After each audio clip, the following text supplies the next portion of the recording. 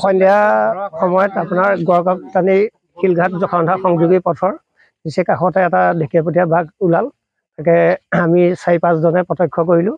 আৰু এই বাঘটোৱে আপোনাৰ এই 2-4 দিনৰ আগত কেইবাটাও গৰু মাৰিছে। আৰু এতিয়া মোৰো এজনী গৰু মাৰিলে দেওবাৰৰ দিনা আবেলি। আৰু আপোনাৰ এতিয়া যিটো হৈছে আপোনাৰ ৰাতি মানুহ থাকিবলৈও ভয়। আৰু আপোনাৰ গোহালি ঘৰত মানে গৰু মাৰে বুলিও আমাৰ এতিয়া সন্দেহ। আৰু চৰকাৰক এইটোকে আহ্বান কৰোঁ, ইয়াতো ফৰেষ্টৰ আৰু দি আমাক অকণ উপকৃত কৰক। আৰু ফটকা আমাকো দিলে আমিও 2-এটা ফুটাব পাৰিম। আমাৰ হাতৰ ধৰক পইচা পাতি নাই, তেনেকৈ চৰকাৰৰ ফালৰ পৰা যদি সুবিধা দিয়ে সুবিধা, আমিও ল'ৰাখিনি আগবাঢ়ি যাব পাৰিম। সন্ধিয়া ওলাই আহিলোঁ, আহি পেলাই মই ৰাস্তালৈ এইফালে গ'লোঁ। গৈ পেলাই বাঘটো মানে ঘপককৈ মই দেখিলোঁ, মানে গৰু বুলি ভাবিলোঁ। ভালকৈ চালোঁ, মানে নহয় গৰু নহয় বাঘহে। ইয়াক মাতিলোঁ, মাতি পেলাই ইয়াক গ'লোঁ, হেৰিটো লৈ টচটো লৈ আহি পেলাই চাচোন হয়নে নহয়। ইও আনিলে, আনি পেলাই চালে হয় বাঘটো এই সিফালে হাবিৰে গ'লোঁ। গৈ পেলাই চাইছোঁ, চাইজনে মানে চশমা মাৰিছে। ঘৰৰ কাষত ওলাইছেহি, আমাৰ ঘৰৰ কাষতে গড়কাপ্তানি পথৰ নিচেই কাষতে ওলাইছে।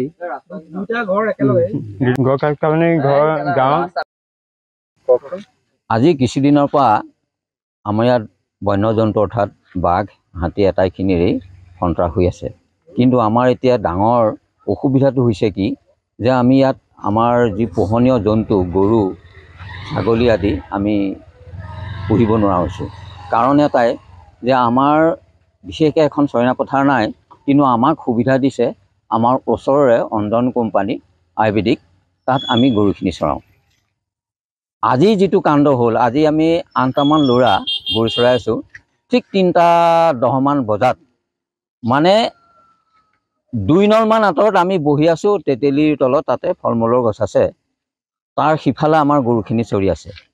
গৰুখিনি চৰি থকাৰ অৱস্থাত ঢেকীয়াপতীয়া বাঘটো আহি একদম এনেকৈ গৰুখিনিক খেদিছে যে বাঘৰ একদম গৰুৰ মাজত আহি সোমাই গৈছে। অকণো ভয় কৰা নাই। বাঘটো একদম সাংঘাতিক কাৰ্যেশ্বৰ বাঘ কিন্তু।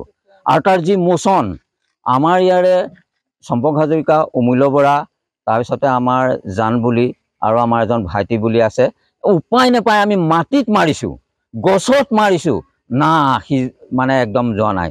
তাৰপিছতে আমাৰ এইখিনি আমাৰ ভাগিন এজন জান বুলি, তেখেতক কোনো তই যাচোন, তোৰ যদি ঘৰত এই আমাৰ ফটকা আছে লৈ আহ, নহ'লে বাঘটো আমাক এতিয়া গৰু নিবলৈ নিদিব, দিগদাৰ কৰি দিব। আমাৰ গৰুখিনি ইফালেও নাযায়, এতিয়া ইফালেও নাযায়, আনিবও নোৱাৰা হৈছে, অত্যন্ত ভয় কৰিছে। মোৰ এজনীটো বগা গৰু একদম কিনাৰেদি, বাঘটোৰ কিনাৰেদি আহি কোম্পানীৰ ৱাল একে জাপ মাৰি একে জাপে আহি পেলাই ঘৰ পালেহি, ভয়ত ক'ব নোৱাৰে তাই।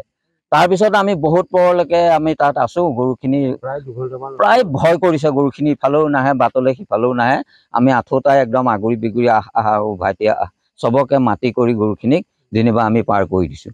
তাৰপিছতে এতিয়া 7টালৈ কিমান মিনিট আছিলে, 7টালৈ 20 মিনিট আছে। মই তেতিয়া ঘৰত টিভি চাই আছোঁ। মোলৈ মানে ল'ৰা এটাই ফোন কৰিলে যে বুবুল দা এনেকৈ এইখিনিতে বাঘ ওলাইছে। সি টৰ্চ মাৰি দিলেতো বাঘটো এইখনতে, এই গোলজোপাৰ পৰা অলপ সিফালে এইখন ফিল্ডখনত, যে এই বাঘটোৱে কিন্তু আমাক বহুত ক্ষতি কৰিব। তাৰ কাৰণে গাঁও সোমাইছেহি, কাৰণ গাঁও পালেহি, সোণাৰী কামাখ্যা গাঁও পালেহি।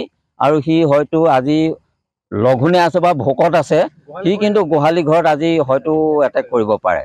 গতিকে আমাৰ ফৰেষ্টৰ ফালৰ পৰা অকণমান আহি পেলাই হেল্প কৰিলেও ভাল হ'ব। ক'ব নোৱাৰি নহয়, বাঘটো এতিয়া ক'লৈ গৈছেগৈ, ক'লৈ গৈছে ৰাতি আমি দেখাও কৰা নাই।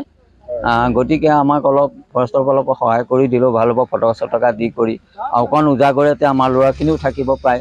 এতিয়া নহ'লে আমাৰ ইয়াত কিন্তু এতিয়া যিকেইটা আমাৰ পোহনীয়া জন্তুকেইটাৰ বাহিৰেতো অন্য ইয়াত একোৱেই কৰিব নোৱাৰোঁ এতিয়া।